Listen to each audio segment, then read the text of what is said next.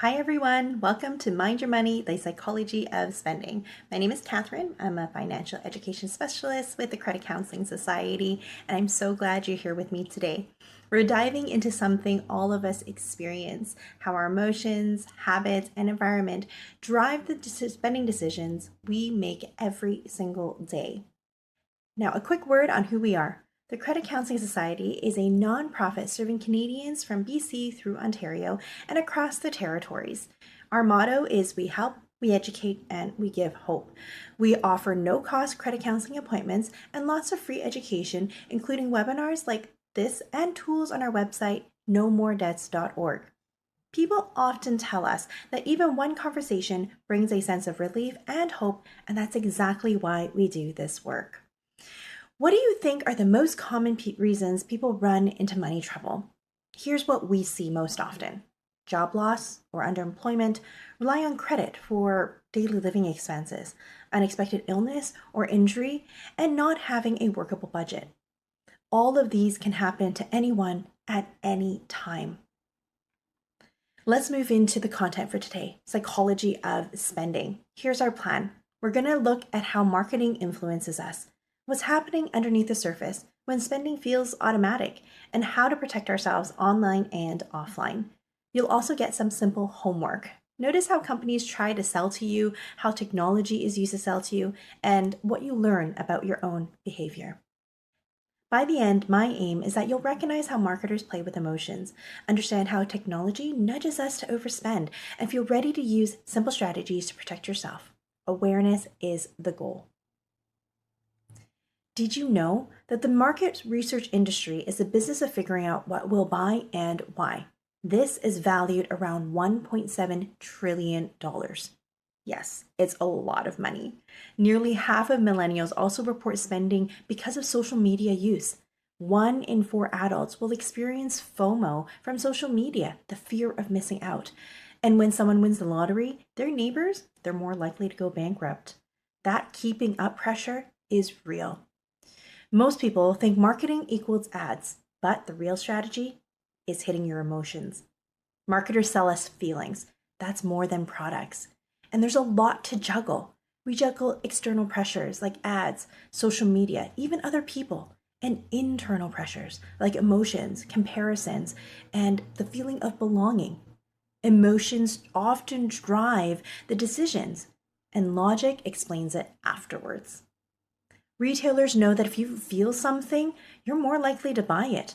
Things like belonging, importance, attractiveness, intelligence, fear, uniqueness, and pleasure.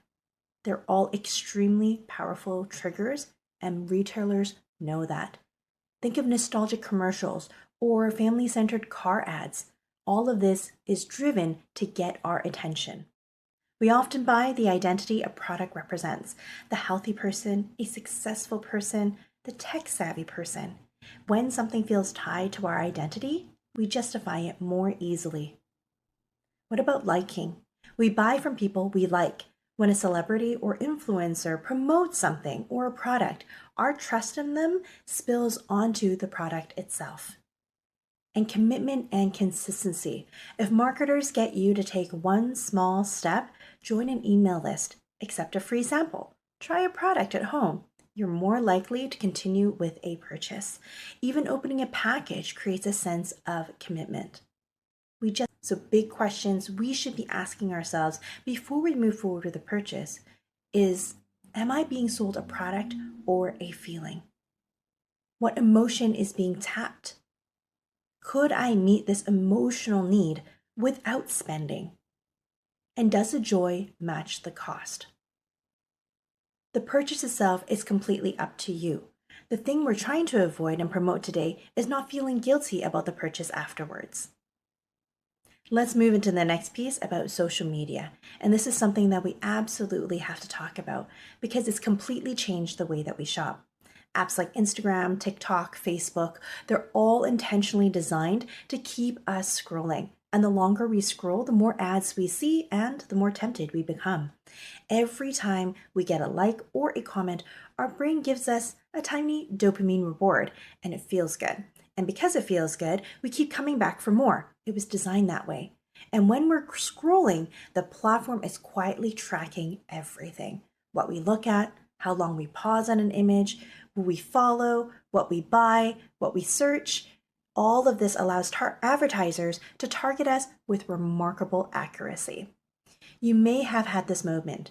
You casually search for running shoes one time, just casually looking around, and suddenly your phone turns into a running shoe catalog for 3 days straight. That's not a coincidence. This is data-driven, targeted advertising. This matters because it shapes our emotions. Social media often shows us people who seem to have more, who seem to have a happier life, a wealthier life, a fitter lifestyle, or being more stylish.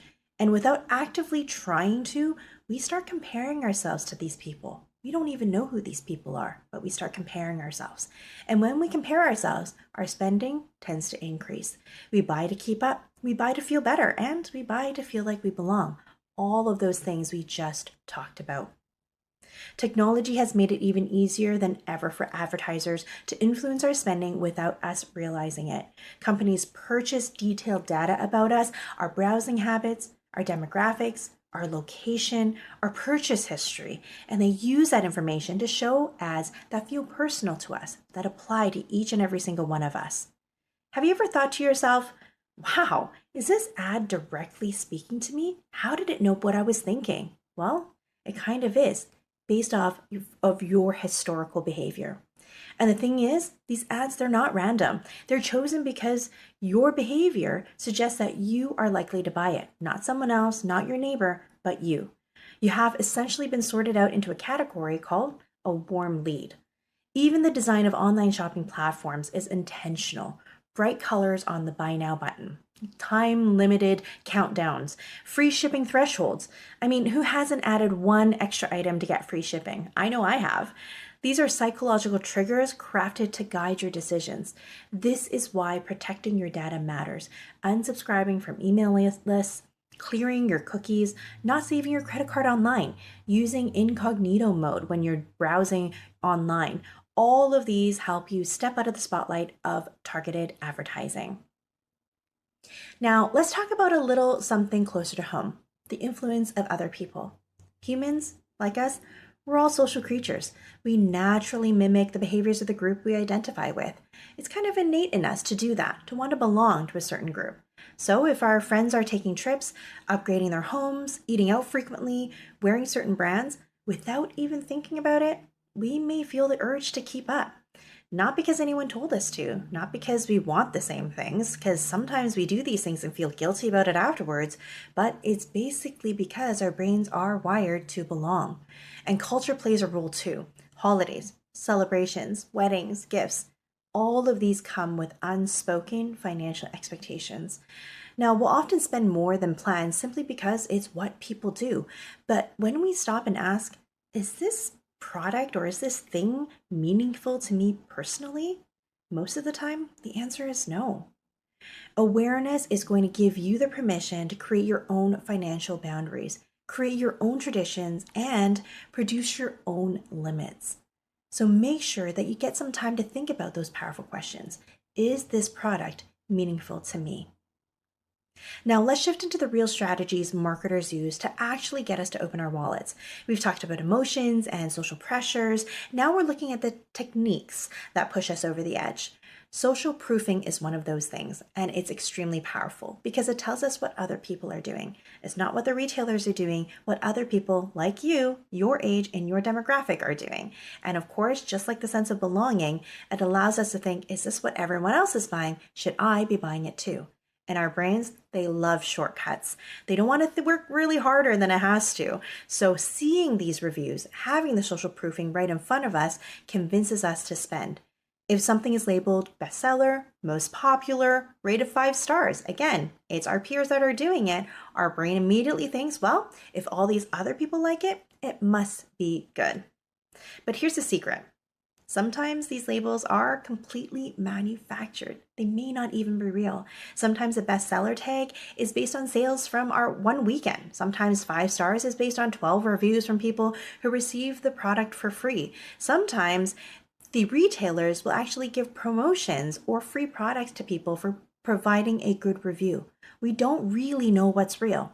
Social proofing works because it taps into a very old survival instinct: safety in numbers. If a crowd is running in one direction, our brain says, "Don't stand here alone, run with them."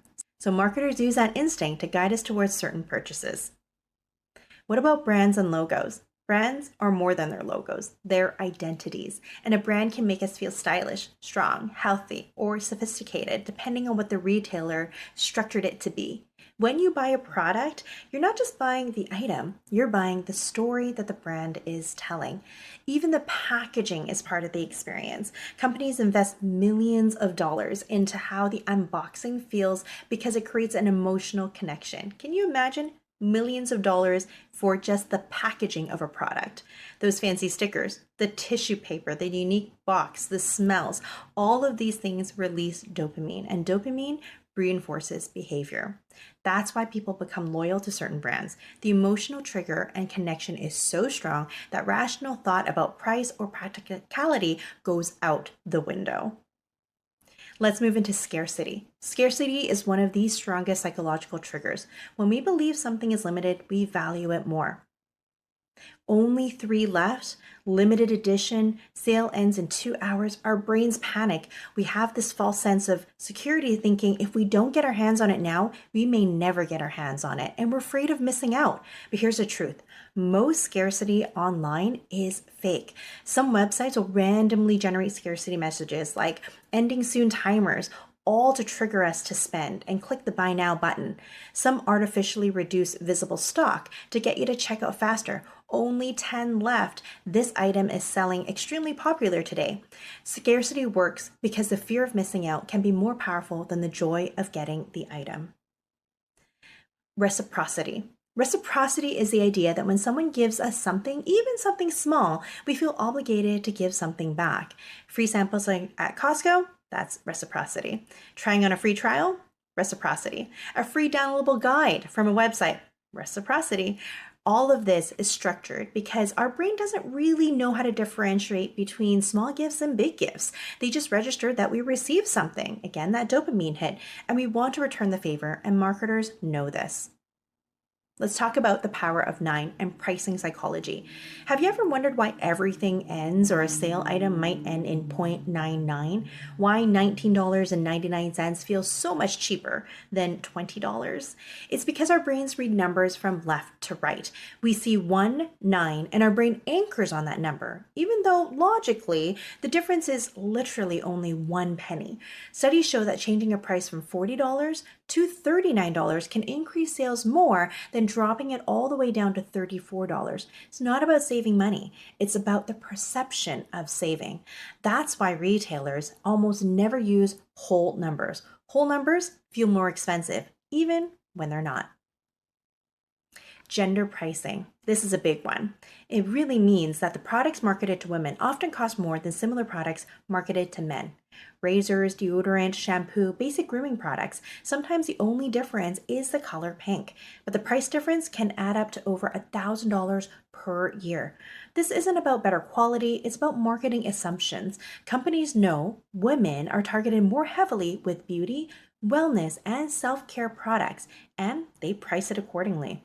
Being aware of this makes you smarter with swapping different products, like choosing gender-neutral products or buying from the men's aisle if it's cheaper, and ultimately, it's probably the same product.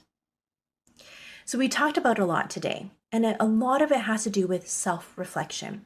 So I want to go over with you some powerful questions you should keep in mind the next time you go out and purchase something online or even in the store.